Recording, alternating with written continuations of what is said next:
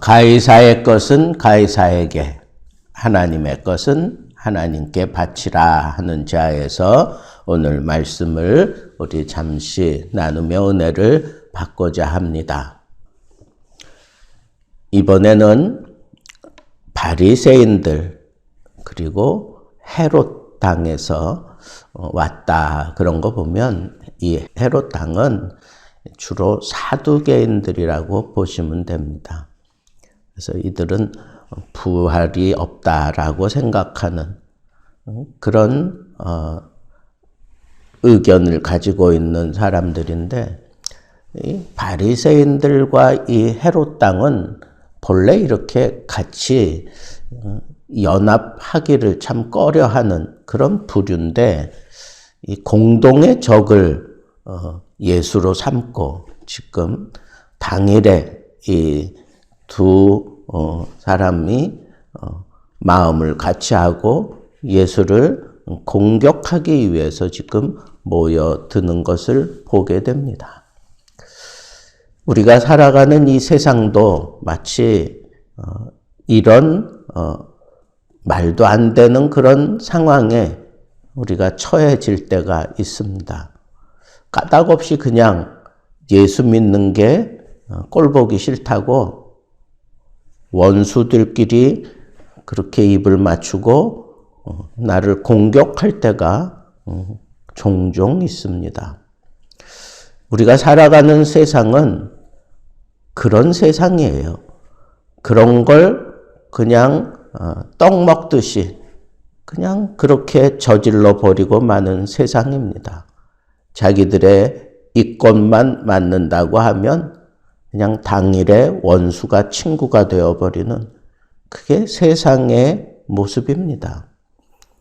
가만 생각하면 예수 믿는다고 하는 것은 언제 어떤 위험이 노출될 줄 모르는 그런 아슬아슬한 그런 살얼음판 같은 그곳을 조심스럽게 걸어야 될 때가 있습니다.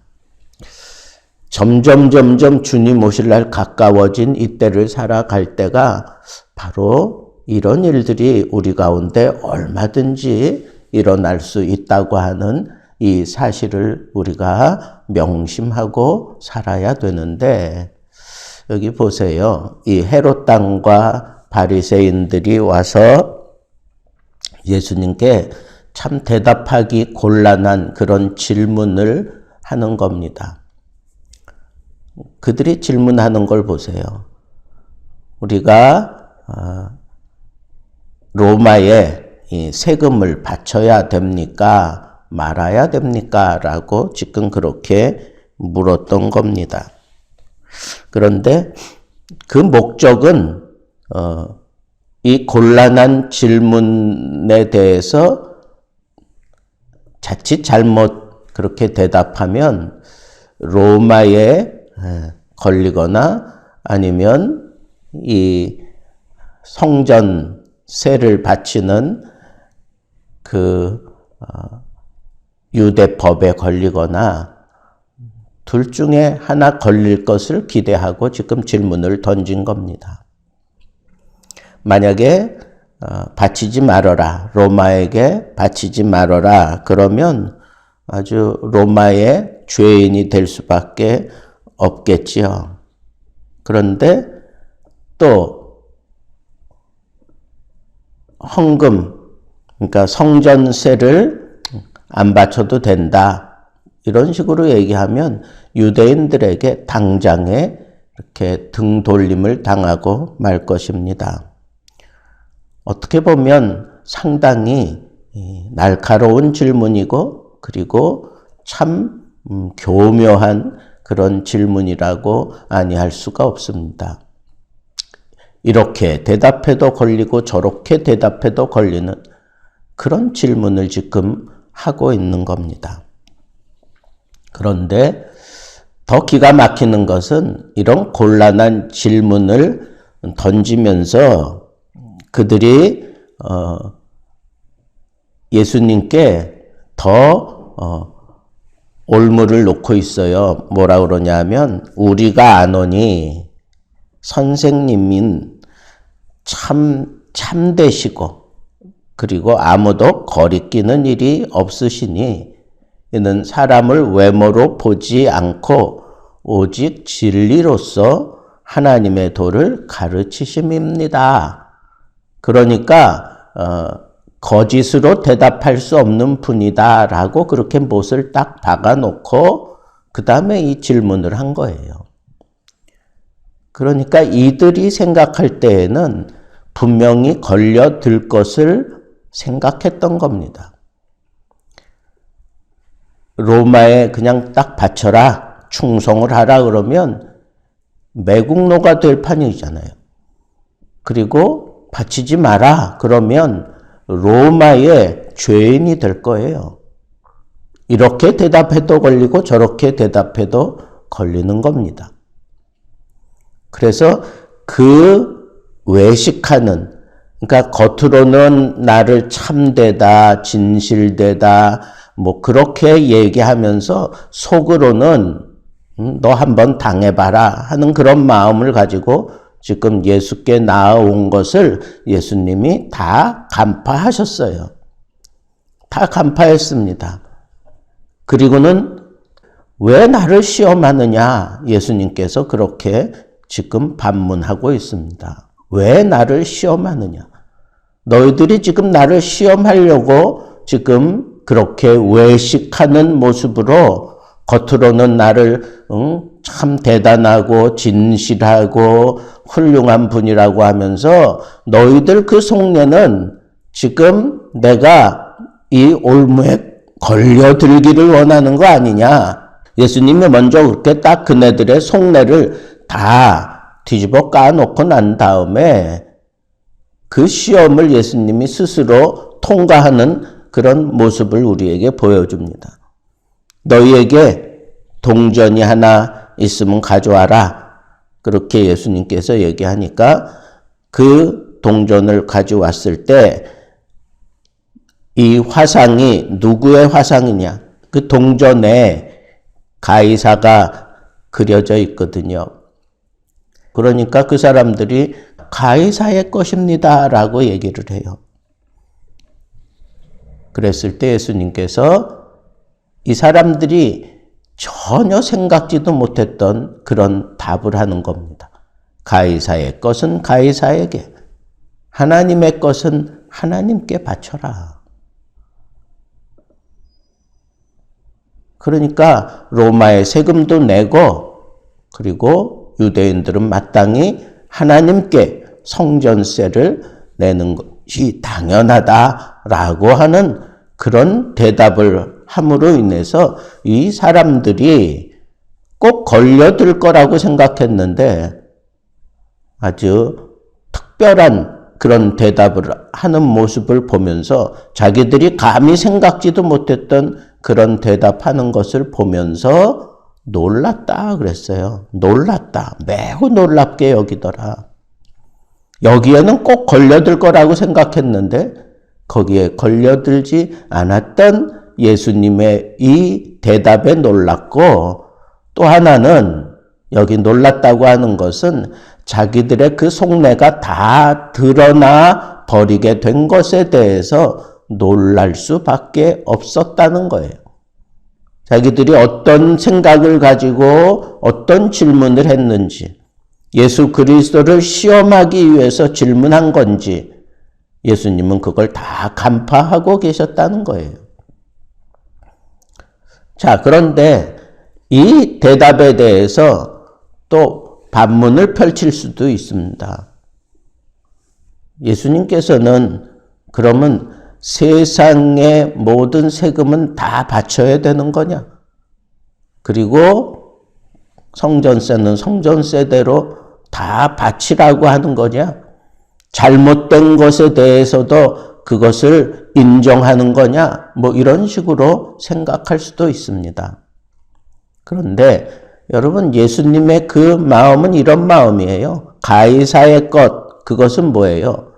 여러분, 동전에 그 그림을 그려놓는 것, 그걸 새기는 것, 가이사가 그것을 그 동전에 들어가게 되기까지는 모든 백성들에게 인정받는 그런 통치자다 하는 거예요. 인정받는 통치자. 그러니까 가이사의 것이라고 얘기하는 거예요. 예수님도 그 상황을 다 아는 거예요. 비록 유대 나라와 또 주변의 그 약속 국가들을 다 정복했지만 로마가 그 모든 나라들을 통치해 가고 있는 것을 그걸 인정한 거고, 그리고 그 로마가 통치하게 됨으로 인해서 많은 혜택을 누리고 있는 것도 우리는 놓치지 말아야 할 것이고, 어쨌거나 나라를 정복하긴 했지만 그 나라를 통치하고 있는 것은 사실이기 때문에 그 통치하는 것, 그것을 인정하고 마땅히 세금을 바쳐야 되는 것을 얘기하는 겁니다. 만약의 경우 통치하지 않고 학살한다 그러면 그건 바칠 필요가 없겠죠. 그러나 로마의 정치는 우리가 잘 아는 대로 약소 국가들에 대해서 헬라의 그 정치를 펼쳤기 때문에 그들이 정복할 때에는 폭력적으로 정복을 했지만 그들이 통치할 때에는 헬라의 정신을 가지고 했기 때문에 많은 백성들에게 나름대로 많은 유익을 주었던 것도 사실입니다. 그러니까 그런 부분들에 대해서 통치의 개념에 대해서는 마땅히 세금을 바쳐야 되는 것이 옳다는 거예요.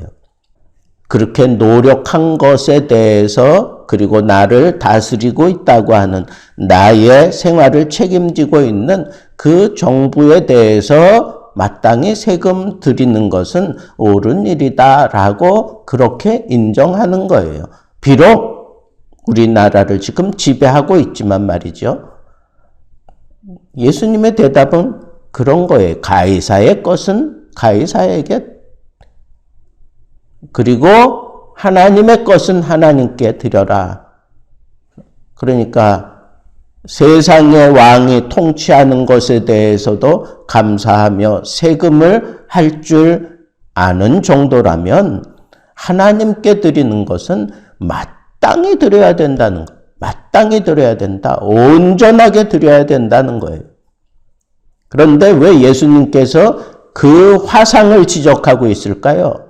그 동전에 새겨진 이 화상을 지적해서 누구냐라고 왜 물었을까요? 그것은 바로 우상 숭배하는, 우상 숭배 조장하는 그런 의미로 로마의 왕들이 모든 백성들에게 자기를 부각시키고 있는 그런 것에 대해서 분명하게 예수님이 지적하는 겁니다.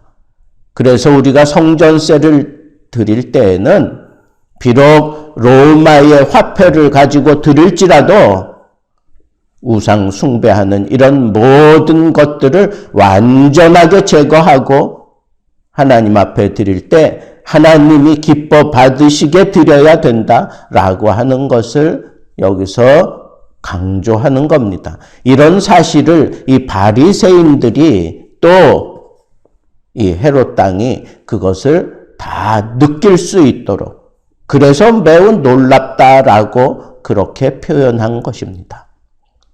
저는 오늘 말씀을 여러 가지 각도로 생각하면서 예수님께서 참 지혜롭게 대답하셨다, 뭐 이런 일차적인 생각 거기에 머물러 있지 않고 더 깊이 우리의 심중에 이 마가 기자가 새기고자 했던 것은 무엇일까 생각해 보니까 우리는 이 세상 살아가면서 나에게 유익을 주고 나에게 편리함을 주고 나에게 기쁨을 주는 그것에 대해서 우리는 우상화시키기 좋아해요. 우상화시키는 거예요. 아, 내가 지금 이와 같은 삶을 누리는 건 누구 때문이야? 어떤 일 때문이야? 그러면서 내 마음에 그것을 새기고 그것을 은근히 우상화하고 있는 것을 우리는 놓치지 말아야 합니다. 그래서 그때를 추억하고 그때가 다시 일어나기를 원하고 그런 사람이 또 다시 나타나기를 원하고 그러면서 내 마음 속에서 갈망하는 것이 그게 바로 우상이에요. 그게 우상이라고. 하나님께 드리는 사람들은 그런 생각을 온전히 다 제거하고 그리고 하나님 앞에 제대로 드려야 됩니다. 오로지 하나님께만 영광이 되도록 우리는 드려야 합니다. 하나님을 칭송할 때에, 하나님을 찬양할 때에 다른 것하고 섞어서도 안 되고 다른 것을 흉내내서도 안 됩니다. 오로지 하나님이 받으실 만한 것을 드려야 합니다. 그래서 우리는 하나님의 말씀을 깊이 연구해야 되고 우리의 마음과 뜻과 정성을 전부 다 동원해서 다른 것이 거기에 조금 더 끼어들지 못하게 하고 완전한 모습으로 하나님 앞에 드려야 하는 겁니다. 우리의 삶을 드리고 우리의 시간을 드리고 우리의 정신을 드리고 우리의 이 예배를 드리고 우리가 하나님 앞에 드릴 때에는 우상이 요만큼도 내 마음속 깊은 곳에까지 그려져 있는 이 모든 우상을 다 제거해버리고 온전히 하나님 앞에 드려야 하는 겁니다. 그런 것들이 약화되면 우리는 스스로 막 시험해보는 어리석음을 저지르기도 하고 외식하는 그런 모습으로 남들에게 보여주기식의 그런 행위를 하게 되는 이런 어리석음에 빠질 수밖에 없다고 하는 이 사실을 저는 생각하면서 내 마음에 하나님 외에 다른 것이 내 마음에 자리 잡으면 안 된다 하는 그런 생각을 하면서 우리가 더욱 하나님 앞에 예배하고 하나님 앞에 내가 이 경건한 삶을 유지해 갈 때 오로지 하나님만 내 마음속에 깊이 새겨지게 해달라고 하는 그런 싸움을 해가면서 우리가 하나님의 것을 드릴 때에는 온전히 드릴 줄 아는 그런 사람이 되어야 하겠다. 세상이 너무 평안하고 세상이 너무 나에게 기쁨을 주면 자꾸 이런 것들이 흐려져요. 오늘 이 말씀을 기억합시다. 가해사의 것은 가해사에 맡도록 하나님 것은 하나님께 맡게 온전히 드리는 그런 사람이 이 세상에 시험 들지 않고 외식하지 않고 온전히 하나님께 드려지는 귀한 삶을 살 수 있다고 하는 이 사실을 마음에 담고 오늘도 하나님 앞에 참되고 진실한 삶을 누리게 되기를 우리 주님의 이름으로 축복합니다.